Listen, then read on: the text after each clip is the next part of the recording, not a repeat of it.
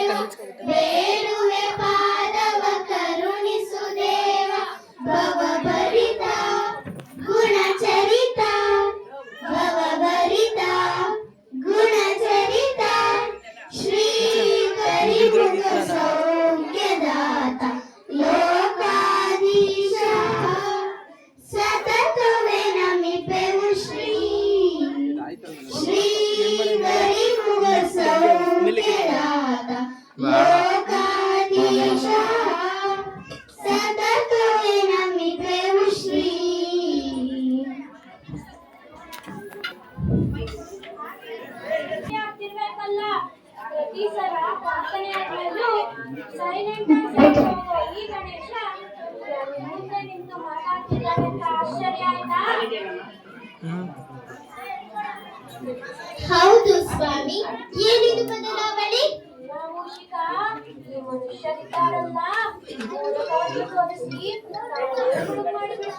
ಪ್ರಭು, ಅಲ್ಲಿ ಪಕ್ಕದಲ್ಲಿ ಮೋದಕವನ್ನು ಇಟ್ಟಿದ್ದಾರೆ. ಮೂಷಿಕ, ಈ ಜನರಿಗೆ ಅದಕ್ಕಿಂತ 100 ರುಚಿಕಟ್ಟವಾದ ಮೋದಕವನ್ನು ನೀಡುತ್ತೇನೆ. ಅದು ಯಾವ ಮೋದಕ? ಅದೇ ನಾಟಕ ಮೋದಕ.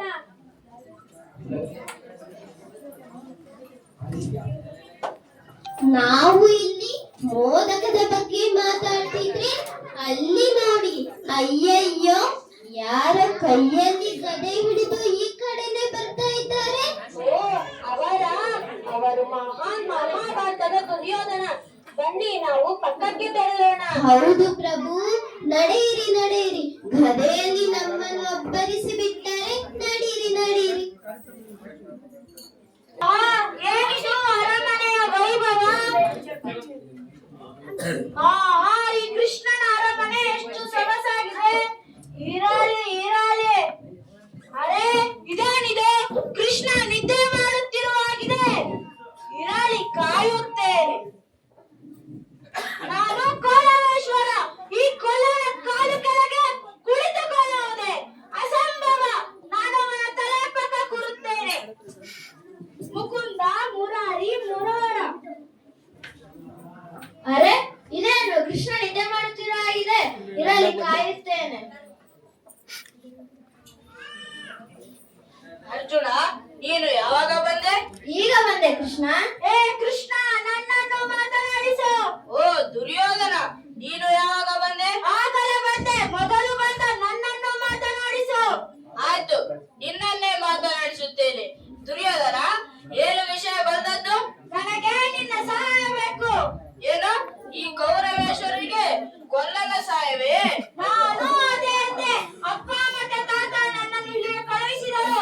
ಆಯ್ತು ದುರ್ಯೋಧನ, ನಿನಗೆ ಏನು ಬೇಕು? ನಮಗೂ ಅಪ್ಪಾಟವರಿಗೂ ಯುದ್ಧ ಆಗುತ್ತದಂತೆ. ಆದ್ದರಿಂದ ನೀನು ನಮ್ಮ ಪಕ್ಷ ಸೇರಬೇಕು. ಇಲ್ಲ ಕೃಷ್ಣ, ನೀನು ನಮ್ಮ ಪಕ್ಷಕ್ಕೆ ಸೇರಬೇಕು. ನಮ್ಮ ಪಕ್ಷ, ನಮ್ಮ ಪಕ್ಷ, ನಮ್ಮ ಪಕ್ಷ, ನಮ್ಮ ಪಕ್ಷ. ನಮ್ಮ ಪಕ್ಷ. ಓ ನಿಲ್ಲಿಸಿ, ನಾನು ಶಸ್ತ್ರವನ್ನು ಹಿಡಿದು ಯಾರ ಪರವಾಗಿಯೂ ಯುದ್ಧ ಮಾಡುವುದಿಲ್ಲ. ಹಾಗಾದ್ರೆ ಪ್ರಶ್ನ. ಹಾಗಾದರೆ ನನ್ನ ಹತ್ತಿರ 18 ಅಕ್ಷರ ಸೈನ್ಯವಿದೆ, ಅದನ್ನು ನಿನಗೆ ಕೊಡುತ್ತೇನೆ ದುರ್ಯೋಧನ. ಒಳ್ಳೆದಾಯ್ತು, ನಾನು ಬರುತ್ತೇನೆ. ಕೃಷ್ಣ, ನೀನು ಮಾತ್ರ ನಮ್ಮ ಪಕ್ಷಕ್ಕೆ ಸೇರಬೇಕು. ನಮಗೆ ಏನೂ ಬೇಡ, ನೀನು ಮಾತ್ರ ನಮಗೆ ಬೇಕು. ಹಾಗೇ ಆಗಲಿ. ನಾನಿನ್ನು ಬರುತ್ತೇನೆ. ಒಳ್ಳೆಯದಾಗಲಿ. ಅರ್ಜುನ ಅಭಯವನ್ನು ಪಡೆದು ಹೋದ ಮೇಲೆ ಯುದ್ಧ ಎನ್ನುವಂತ ಸ್ಥಿತಿ ನಿರ್ಮಾಣವಾಯಿತು. ಗಣೇಶ, ಅಂದ್ರೆ ನಮ್ಮ ಯುದ್ಧವಾಯಿತಾ? ಇಂಥ ಯುದ್ಧವಲ್ಲ, ಕುರುಕ್ಷೇತ್ರ ಯುದ್ಧ. ಅಂದ್ರೆ ನಮಗೆ ಯುದ್ಧದ ಕತೆ ಬೇಡ್ವಾ? ನಿಜ, ಯುದ್ಧದಿಂದ ಎಲ್ಲರಿಗೂ ಕಷ್ಟವಾಗುತ್ತದೆ, ಕುಟುಂಬಗಳು ಹಾಳಾಗುತ್ತವೆ. ಅದು ಆಗಬಾರದೆಂದರೆ ನಾವು ಹಠವನ್ನು ಬಿಡಬೇಕು ಎಂದಲು ಹೇಳಲು ಹೊರಟಿದ್ದೇನೆ ಮೂಷಿಕ. ಹಾಗಾದ್ರೆ ಸರಿ. ಆದ್ರೆ ಜನರಿಗೆ ಜಗಳವನ್ನ ತೋರಿಸಿದ್ರೆ ಅವರು ಜಗಳ ಮಾಡ್ತಾರಲ್ಲ. ಅದಕ್ಕೆ ಯುದ್ಧದ ಹಿಂದಿನ ಕಥೆಯನ್ನು ಹೇಳುತ್ತೇನೆ. ಆಹಾ, ಹೇಳು ಗಣೇಶ, ಹೇಳು. ಕಡೆಯ ಪ್ರಯತ್ನ ಎಂಬಂತೆ ಸಂಧಾನ ಮಾತುಕತೆ ಹಾಡಿಕೊಂಡು ಬರಲು ಕೃಷ್ಣನಿಗೆ ಯುಧಿಷ್ಠಿರ ಹೇಳಿದ ಹಾಗೆ ಆಯ್ತಲ್ಲ. ಇದಕ್ಕಿಂತ ಮುಂಚಿಂದ ಹೌದು ಮೂಷಿಕ. ಅದಕ್ಕೆಲ್ಲ ಮಿಕ್ಕ ಪಾಂಡವರೆಲ್ಲ ಒಪ್ಪಿದರೆ ಅಲ್ಲೇನಾಯ್ತು ನೋಡೋಣ ಬನ್ನಿ. ಕೌರವರು ಹೇಳಿದಂಗೆ 14 ವರ್ಷ ವನವಾಸವನ್ನು ನಾವು ಮುಗಿಸಿದ್ದೇವೆ. ಜೊತೆಗೆ ಅಜ್ಞಾತವಾಸವನ್ನು ಮುಗಿಸಿದ್ದೇವೆ. ನಮ್ಮ ರಾಜ್ಯವನ್ನು ನಮಗೆ ಕೊಡಲು ಹೇಳು ಕೃಷ್ಣ. ಹೌದು ಹೌದು, ನಮ್ಮ ರಾಜ್ಯವನ್ನು ನಮಗೆ ನೀಡಲು ಹೇಳು ಕೃಷ್ಣ. ನೀವೇನು ರಾಜ ಎನ್ನುತ್ತೀರಿ, ಆದರೆ ದುರ್ಯೋಧನಪ್ಪ ಬೇಕಲ್ಲ. ಅರ್ಧ ರಾಜ್ಯವನ್ನು ಕೊಡಲು ಹೇಳು ಕೃಷ್ಣ. ಇನ್ನರ್ಧ ರಾಜ್ಯದಲ್ಲಿ ಅವರಿರಲಿ. ಅದಕ್ಕೂ ಒಪ್ಪದಿದ್ದರೆ? 5 ಊರುಗಳನ್ನಾದರೂ ಕೊಡಲು ಹೇಳು ಕೃಷ್ಣ. ಅದಕ್ಕೂ ಒಪ್ಪದಿದ್ದರೆ? ಏನಾದರಾಗಲಿ, ಅವರು ನಮ್ಮ ತಮ್ಮಂದಿರು, ಅವರೊಡನೆ ನಾವು ಯುದ್ಧ ಮಾಡಬಾರದು. ಭೀಮಾರ್ಜುನ, ನಿಮ್ಮ ಅಭಿಪ್ರಾಯವೇನು? ಕೃಷ್ಣ, ಅವರು ಮಾಡಿದ ಕೆಲಸವನ್ನು ನೆನೆಸಿಕೊಂಡರೆ ಕೋಪ ಬರುತ್ತಿದೆ. ಅಣ್ಣನ ಹೇಳಿದಂಗೆ ಆಗಲಿ.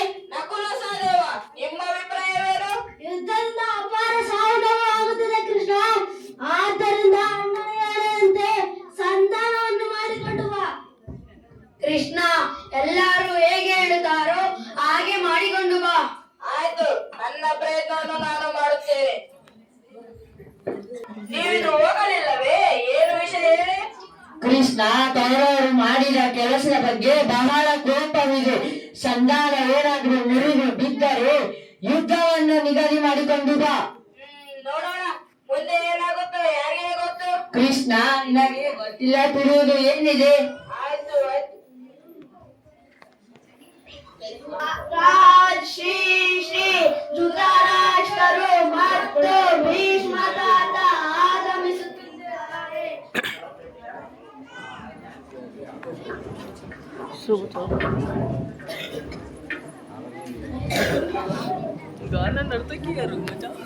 ದುರ್ಯೋಧನ, ದುಶ್ಯಾಸನ, ಏನಿವತ್ತು ಇಷ್ಟು ಅವಸರದಲ್ಲಿ ಸಭೆ ಕರೆದಿದ್ದು?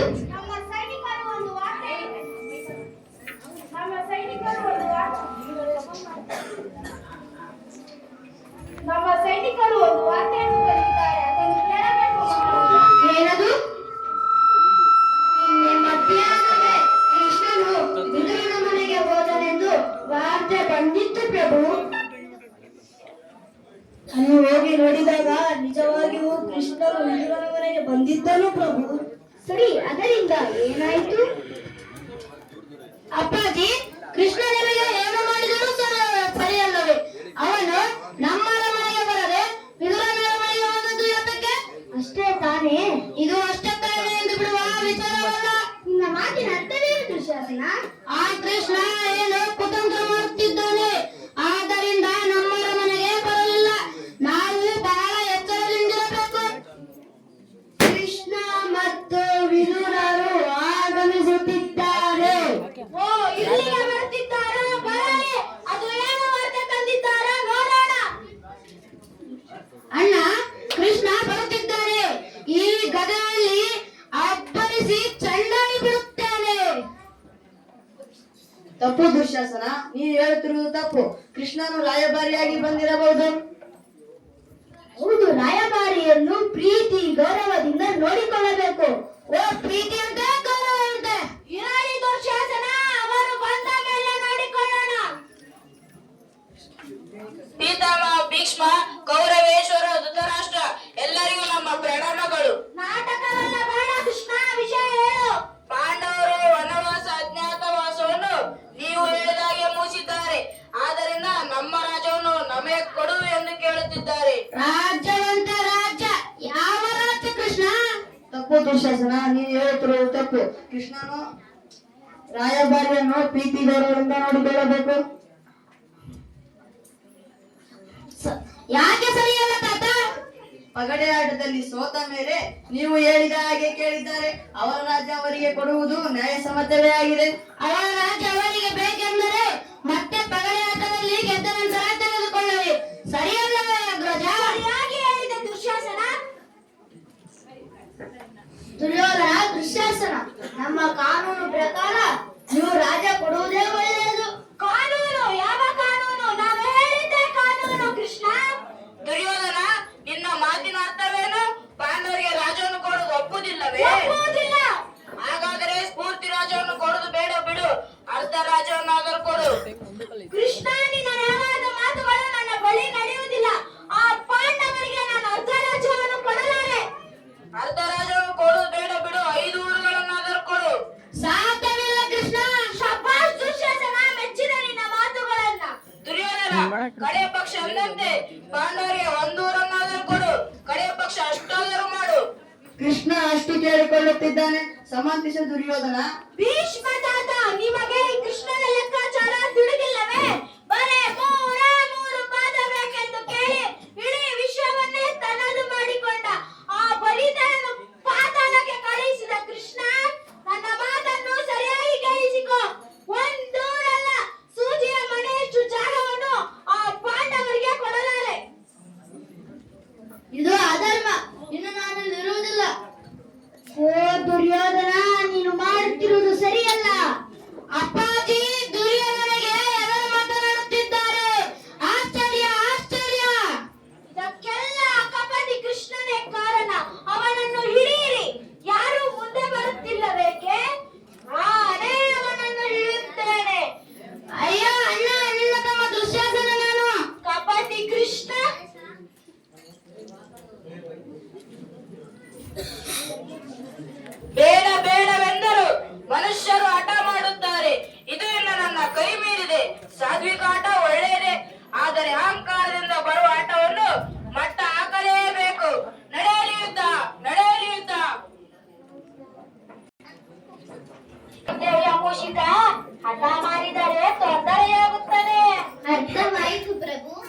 ಎಲ್ಲರೂ ಅರ್ಥ ಮಾಡಿಕೊಂಡರೆ ನಮ್ಮ ನಾಟಕ ಸಾರ್ಥಕ. ಮಂಗಳಂ ಶುಭ ಮಂಗಳಂ. ಧನ್ಯವಾದ.